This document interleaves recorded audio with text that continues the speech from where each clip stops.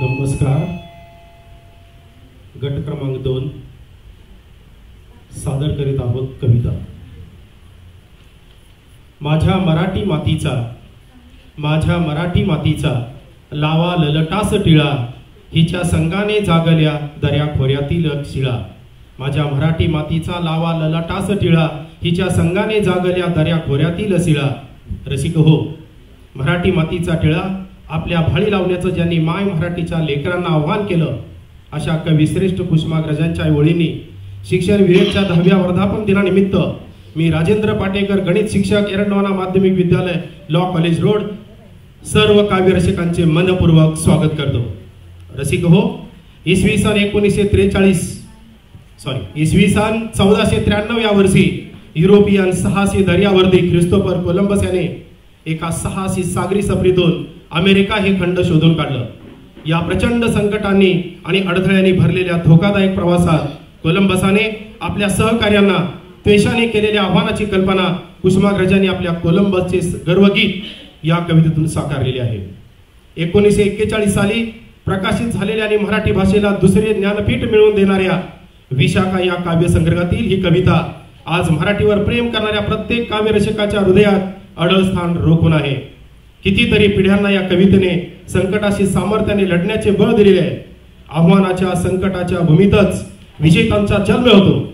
आव्हानाच्या संकटाच्या भूमीतच विजेत्यांचा जन्म होतो, हा विचार मनात खोलवर रुजवणारे विष्णू वामन शिरवाडकर, वा शिरवाडकर म्हणजेच कवी श्रेष्ठ कुसुमाग्रज यांची ही अनंत ध्येयासक्ती बाळगायला लावणारी असामान्य कविता कोलंबसाचे गर्वगीत सादर आहे. कोलंबसाचे गर्वगीत ही एक प्रेरणादायी कविता. कविवर्य कुसुमाग्रज. हजार जीवा तुझ्या गरजुदे प्रतिध्वनाने त्या समुद्रा, हजार जीवा तुझ्या गरजुदे प्रतिध्वनाने त्या समुद्रा, डळमुळू दे तारे विराट वादळ हेलकावू दे, पर्वत पाण्याचे डळू दे, दिशा कोण सारे. ताम्रसुरा प्राशुन मातू दे दैत्य नभा मधले, ताम्रसुरा प्राशुन मातू दे दैत्य नभा मधले, दडू द्या पाताळी सविता आणि तयांची ही अधिराणी दुभंग धरणीला, कराया पाजळू दे पलिता. की स्वर्गातून कोसळलेला सूड समाधान, की स्वर्गातून कोसळलेला सूड समाधान, मेळा या प्रमक्त सैतान, जमशनी मेळा वेताळांचा या दर्यावरती, जमोनी मेळा वेताळांच्या या दर्यावरती, करी हे तांडव थैमान. पदच्युता तव भीषण नर्तन असेच चालू दे, पदच्युता तव भीषण नर्तन असेच चालू दे, फुटू दे नभ माथ्यावरती आणि तुटू दे अखंड उल्का वर्षावत अग्नी, आणि तुटू दे अखंड उल्का वर्षावत अग्नी. नाविकांना कुठली भीती, सहकार्यांनो काही खंत जन्म खलाशांचा, झुंजणे अखंड संग्राम, नक्षत्रापरी असीम नभामध्ये संचरावे, दिशांचे आम्हाला धाम. काय सागरी तारू लोटले परताया मागे, असे का हा फुला बाणा, त्याहून घेऊ जळी समाधी, सुखे कशासाठी, जपावे पराभूत प्राणा. कोट्यावधी जगतात जीवाणू जगती अनमरती, कोट्यावधी जगतात जीवाणू जगती आणि मरती, जशी ही गवताची पाती. नाविक आम्ही परंतु फिरतो सात नभाखाली,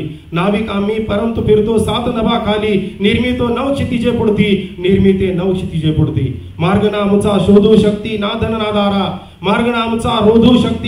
नादारा, घराची वा वितभर करा, मानवतेचे निशाण मेरू, महासागरात जिंकोनी खंड सारा.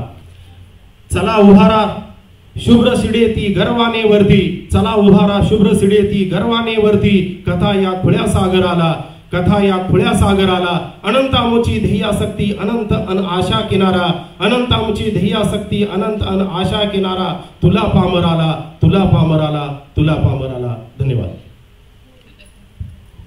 धन्यवाद सर. भावमनीचे गुंफण्याला शब्द येती भावनी, साधता वृत्तानी छंदा काव्य जाते जन्मनी.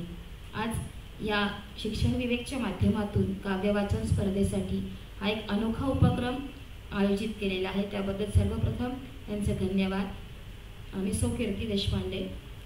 श्रवणसरी ही शांता शेळकेंची कविता मी वाचन करणार आहे.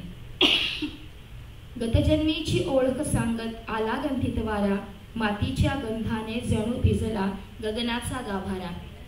आषाढ महिना सुरूच आहे आणि आता काही दिवसातच श्रावणाचा ऊन सावलीचा खेळ सुरू होणार आहे.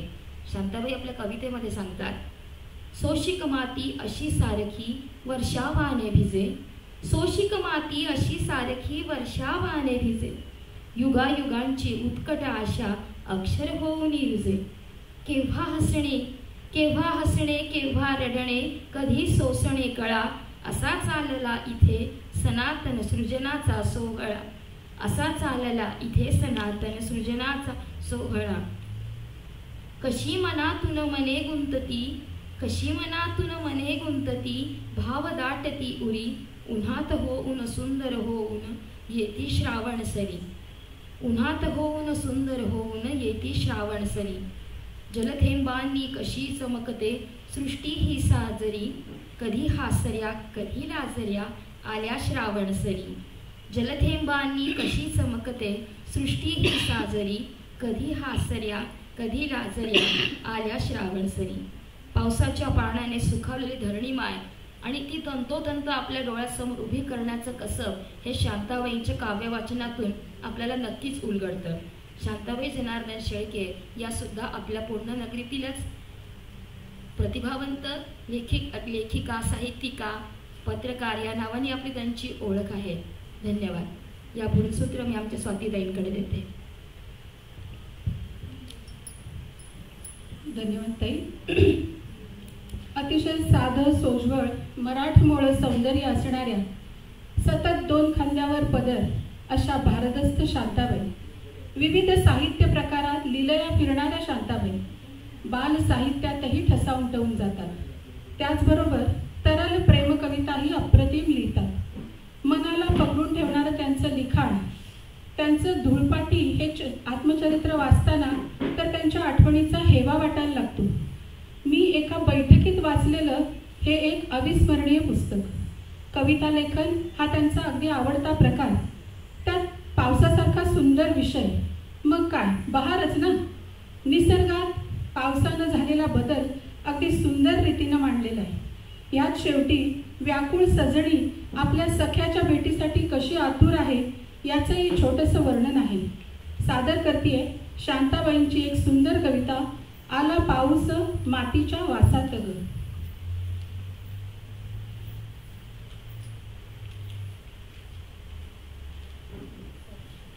आला पाऊस मातीच्या वासात ग, आला पाऊस मातीच्या वासात ग, मोती गुंफीत मोकळ्या केसात ग. आभाळात आले काळे काळे ढग, आभाळात आले काळे काळे ढग, धारा कोसळल्या निवेत ग मग. धुंद दरवळ धरणीच्या श्वासात ग, आला पाऊस मातीच्या वासात ग, मोती गुंफीत मोकळ्या केसात ग. कोसळल्या कशा सरीवर सरी, कोसळल्या कशा सरीवर सरी, थेंब थेंब करी नाच पाण्यावरी. लाल ओहळ वाहती जोशात ग, आला पाऊस मातीच्या वासात ग, मोती गुंफीत मोकळ्या केसात ग. लिंबोळ्यांची रास कडुलिंबाखाली, लिंबोळ्यांची रास कडुलिंबाखाली, वारा दंगा करी जुई शहारली, वारा दंगा करी जुई शहारली. क्या बात आहे. चाफा झुरतो फुलांच्या भासात ग, चाफा झुरतो फुलांच्या भासात ग, आला पाऊस मातीच्या वासात ग. झाडावरी मुके पाखरांचे थवे, झाडावरी मुके पाखरांचे थवे, वीज लाल निळी कशी नाचे लवलवे. तेजाळते उभ्या अवकाशात ग, तेजाळते उभ्या अवकाशात ग, आला पाऊस मातीच्या वासात ग. वीज कडकडता भय वाटे भय दाटे उरी, वीज कडकडता भय दाटे उरी, एकलिमी इथे सखार आहे दुरी, एकलिमी इथे सखार आहे दुरी. मन व्याकुळ सजणाच्या ध्यासात ग, मन व्याकुळ सजणाच्या ध्यासात ग, आला पाऊस मातीच्या वासात ग, मोती गुंफीत मोकळ्या केसात ग, मोती गुंफीत मोकळ्या केसात ग. धन्यवाद. कविवर्य कुसुमाग्रजांची कणा ही कविता आता महाराष्ट्रात आपल्या देशभरात पुराणाचे थैमान घातलंय. या परिस्थितीच्या अनुषंगाने मला ही कविता फार सुसंगत वाटते. ज्येष्ठ श्रेष्ठ कवीचे श्रेय हेच असतं की त्यांच्या कविता ह्या कालातीत असतात. त्यामुळे कुठल्याही काळामध्ये त्या लिहून कितीही वर्ष झालेली असली तरी सुद्धा त्या आपल्याला नव्याने उभं राहण्याचं बळ देतात. आणि कणा ही कविता मला असं वाटतं की अशीच एक फार सुंदर कविता आहे. जगण्याचं बळ, जगण्याची नवी उमेद देणारी एक फार महत्वाची कविता आहे. ती आज मी तुम्हा सर्वांना ऐकवीत आहे. ओळखलत का सर मला, ओळखलत का सर मला पावसात आला कोणी, ओळखलं का सर मला पावसात आला कोणी, कपडे होते कर्दमलेले केसावरती पाणी, क्षणभर बसला नंतर हसला बोलला वरती पाहून, क्षणभर बसला नंतर हसला बोलला वरती पाहून, गंगामाई पाहून आली गेली घरट्यात राहून.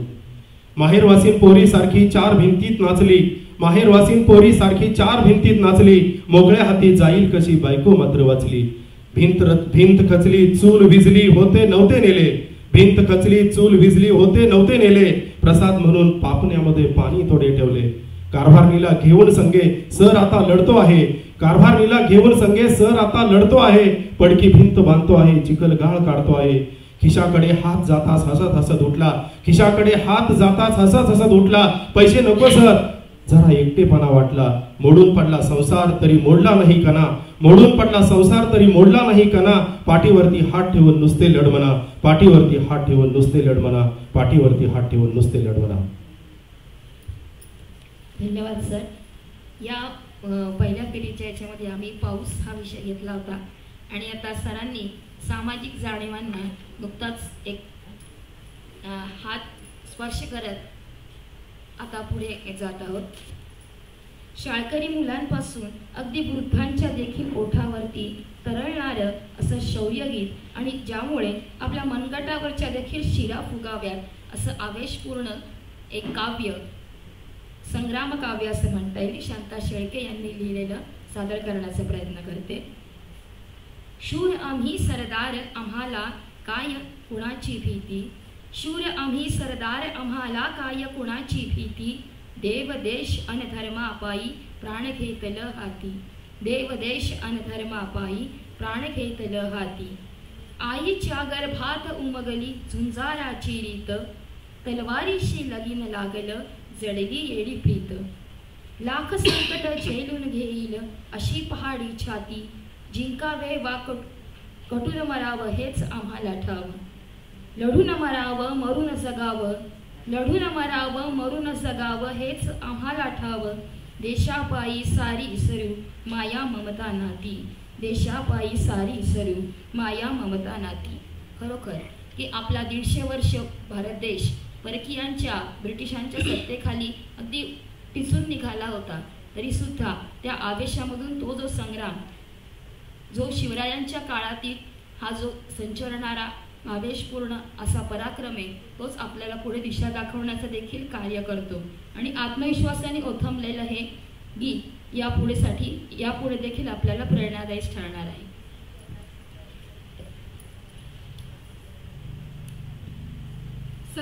फेब्रुवारी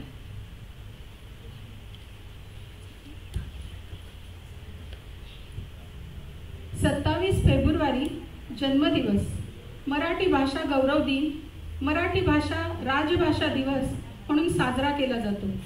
एक उत्कृष्ट कवी, लेखक, नाटककार, कथाकार, समीक्षक तसंच ज्ञानपीठ पुरस्कार आणि साहित्य अकादमी पुरस्कार प्राप्त, सरस्वतीच्या मंदिरातील दैदिप्यमान रत्न असं ज्यांचं वर्णन केलं जातं असे आपल्या सर्वांचे लाडके तात्यासाहेब तथा विष्णू वामन शिरवाडकर.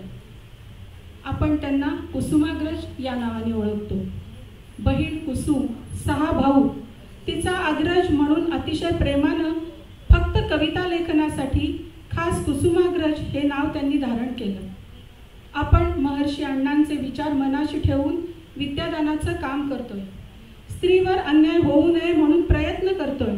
100% नाही यशस्वी होणार, पण प्रयत्न मात्र 101% नक्की. अशा अनेक कळ्या फुलवण्याचं काम आपण सध्या करतोय आणि प्रत्येक कळीला फुलण्याचा अधिकार नक्कीच आहे. म्हणून खास अण्णांच्या विचारांनी प्रेरित होऊन आणि कुसुमाग्रजांची सगळ्याच कळ्यांना ही कविता सादर करते.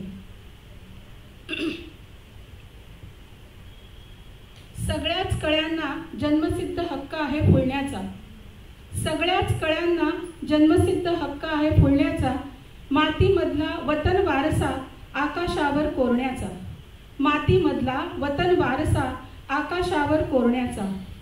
जन्म असो माळावरती अथवा शाही उद्यानात, जन्म असो माळावरती अथवा शाही उद्यानात, प्रत्येक कळीला हक्क आहे फूल म्हणून जगण्याचा, प्रत्येक कळीला हक्क आहे फूल म्हणून जगण्याचा.